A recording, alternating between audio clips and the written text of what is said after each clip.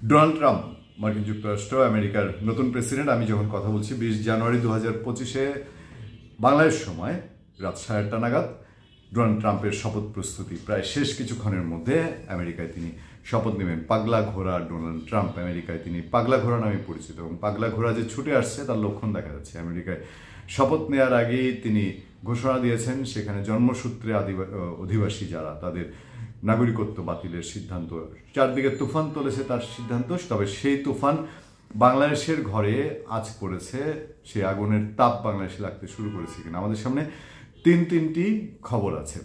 প্রথম খবরটিতে বাংলাদেশের অন্তর্বর্তীকালীন সরকারের প্রধান উপদেষ্টা ডক্টর মোহাম্মদ ইউনূস তিনি শুভকামনা জানিয়েছেন ডোনাল্ড ট্রাম্পকে, সেটি পররাষ্ট্র মন্ত্রণালয় নিশ্চিত করেছে। দ্বিতীয়ত হচ্ছে ডোনাল্ড ট্রাম্প ক্ষমতা নিচ্ছেন ওয়াশিংটনে, বিশ্বের সবচেয়ে ক্ষমতাধর রাষ্ট্রপতি যাকে বলা হয় এবং সবচেয়ে ক্ষমতাধর দেশ যাকে মনে করা হয়। সেই দেশে রিপাবলিকান ডেমোক্রেট দু দল আছে, কিন্তু তার আছে বাংলাদেশে আওয়ামী লীগের নেতাকর্মীরা খুশি।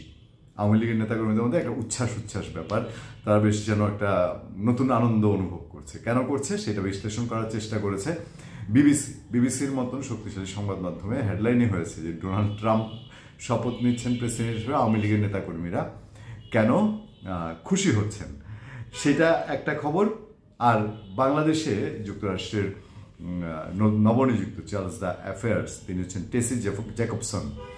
টেসি জ্যাকবসন বাংলাদেশের প্রতি যুক্তরাষ্ট্রের অকণ্ঠ সমর্থন বলা যায়। তিনি বলেছেন যে বাংলাদেশের সমস্ত কিছুতে বিভিন্ন সেক্টরে তার সরকারের সমর্থন অব্যাহত থাকবে। প্রথম ইস্যুটায় আসি। ডক্টর ইউনূসের বিবিসির খবর যেটা বলছে যে ডক্টর ইউনূস বাংলাদেশে ক্ষমতায় আছেন, কিন্তু ডোনাল্ড ট্রাম্প যখন আমেরিকায় তার নির্বাচনী প্রচারণায় যাচ্ছেন তখন বাংলাদেশের সংখ্যালঘু নির্যাতন নিয়ে তিনি টুইট করেছেন, যেটা বেশ আলোচনার খোরাক জাগিয়েছিল। তিনি তার প্রতিপক্ষ দল ডেমোক্রেটদের বাংলাদেশে যিনি এর আগে রাষ্ট্রদূত ছিলেন, সেই রাষ্ট্রদূতকে তিনি তার পররাষ্ট্র মন্ত্রণালয়ের আপনার গুরুত্বপূর্ণ দায়িত্ব থেকে তিনি সরিয়ে দিয়েছেন। তারপর বাংলাদেশে যাকে রাষ্ট্রদূত করার কথা ছিল জো বাইডেন প্রশাসনে, তাকে রাষ্ট্রদূত না দিয়ে টেসি জ্যাকবসনকে তিনি দায়িত্ব দিয়েছেন।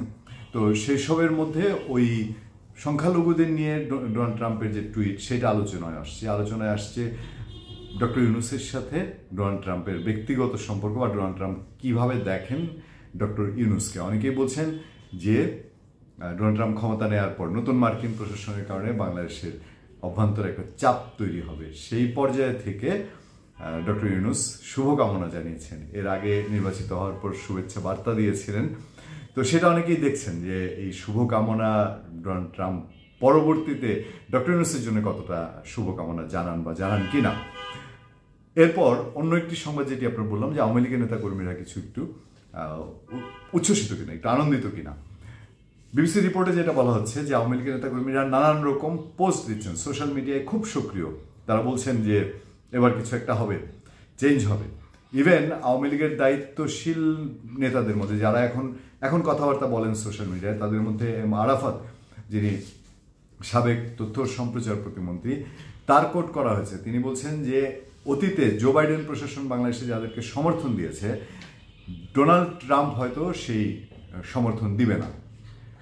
তার নজির হচ্ছে যে বার্নিকাটকে যুক্তরাষ্ট্রের পররাষ্ট্র মন্ত্রণালয় থেকে সরিয়ে দেওয়া হয়েছে, এরকম বিষয় ইঙ্গিত করছেন আরাফাত। এবং তিনি বলছেন যে এই বিষয়গুলোকে একটু সামনে আনা খুব দেখার একটা ব্যাপার আছে। তবে বিভিন্ন রাষ্ট্রবিজ্ঞানী এবং রাজনৈতিক বিশ্লেষকেরও কমেন্ট বিবিসি নিয়ে বলেছে যে না, মার্কিন নীতিতে হয়তো ওরকম কোনো বিশেষ চেঞ্জ আসবে না। কেউ বলছেন যে হ্যাঁ, চেঞ্জ না আসলেও বাংলাদেশের মানুষের মধ্যে একটা মনস্তাত্ত্বিক ব্যাপার আছে। জো বাইডেন সরে গিয়ে ডোনাল্ড ট্রাম্প আসাটায় একটা মনস্তাত্ত্বিক সাইকোলজিক্যাল একটা প্রেশার তৈরি হবে। এই সাইকোলজিক্যাল প্রেশারটা কি ধরনের বা কেমন, এই আলোচনাটাও খুব জোরালোভাবেই হচ্ছে।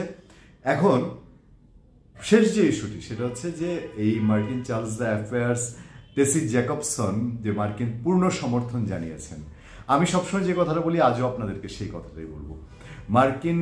বাইরে মার্কিনীরা যা বলেন, এই যে বলা হচ্ছে জো বাইডেনের পর ডোনাল্ড ট্রাম্প আসার পর বাংলাদেশ ইউনূস সরকারের উপরে চাপ তৈরি হবে, হয়তো এর আগে জো বাইডেন প্রশাসন শেখ হাসিনাকে সরিয়ে দিয়েছে বা এখন আসলে কি ডোনাল্ড ট্রাম্প ডক্টর ইউনূসকে সরিয়ে দিবে কিনা, এগুলার সামনে আমেরিকান প্রশাসন বা আমেরিকার দায়িত্বশীল কর্মকর্তারা যা বলেন প্রকাশ্যে, এইটায় আস্থা না রাখাটাই ভালো।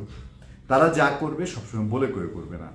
আজকে যে এই ডক্টর ইউনূস সরকারকে সমর্থন জানাচ্ছেন টেসি জ্যাকবসন, তার মুখ দিয়ে আসছে, আমরা তো 6 মাস 7 মাস 8 মাস আগেরই ইতিহাস ভুলে যাইনি। গত বছর বলতে গেলে এর কাছাকাছি সময়, এটা তো আজ জানুয়ারির 20, জানুয়ারি 8-এ নির্বাচন হয়েছিল, এর কাছাকাছি সময়ে আপনার কিছুদিন পরেই আমেরিকার সেই দুর্দান্ত প্লেয়ার পররাষ্ট্র মন্ত্রণালয়ের একদম তখনকার পিটার হাস সহ ডোনাল্ড লু, তারা এসে বলেছিলেন যে নতুন সরকারকে, মানে আওয়ামী লীগ গত লাস্ট টার্মে যেটা 8 জানুয়ারি নির্বাচনের পর জিতেছিল, যে এই সরকারকে পূর্ণ সমর্থন দিচ্ছে, তাদের সঙ্গে কাজ করতে চায়। ওবায়দুল কাদের সাহেব, আওয়ামী লীগ সাধারণ সম্পাদক, তিনি বেশ ফুরফুরা মেজাজে তখন ছিলেন, বলেছিলেন যে হ্যাঁ সবাই সমর্থন দিচ্ছে। কিন্তু পরে অল্প কয়েকদিন পরে বলে ওমা, তারা আসলো, ঘুরে ফিরে গেল, বললো সমর্থন দিচ্ছে, গিয়েই আবার স্যাংশন পাঠিয়ে দিচ্ছে। এবং তারপর এই আওয়ামী লীগে বলছে যে আমেরিকার ওই প্রশাসনই তাদেরকে খেয়েছে। এখন এই যে টেসি জ্যাকবসনকে দেয়াই হয়েছে বিশেষ একটা মিশন নিয়ে, যেটা তাকে যেদিন নিয়োগের খবর, চূড়ান্ত নিয়োগের খবরটি পত্রিকা আসলো, সেদিন প্রথম আলোর মতো পত্রিকা বলেছে যে বিশেষ স্পেশাল অ্যাসাইনমেন্টে তাকে পাঠানো হয়েছে। তো স্পেশাল অ্যাসাইনমেন্ট তো তারা বলে কয়ে ঘোষণা দিয়ে করবেন না, দেখা যাক সময় বলে দিবে। পাগলা ঘোড়া ডোনাল্ড ট্রাম্প ছুটতে ছুটতে ভারত আসবেন, সেই ভারতে এসে কোন চক্কর দেন, তার কোনো ছোঁয়া বা তার পায়ের খুঁড়ে উড়ে যাওয়া বালির কোনো ছাপ এই বাংলাদেশে এসে পড়ে কিনা। ধন্যবাদ সবাইকে, ভালো থাকবেন, সুস্থ থাকবেন, আবার দেখা হবে, কথা হবে আপনাদের সাথে। আমি আতিক রহমান, পূর্ণিয়া।